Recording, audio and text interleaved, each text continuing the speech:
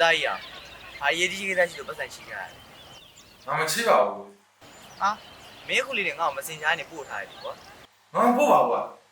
အဲ့ဒါဆိုလို့ရှိရင်တော့မင်းအကောင့်တခြားတယောက်ရောက်ဝင်သုံးနေပြီနဲ့တူ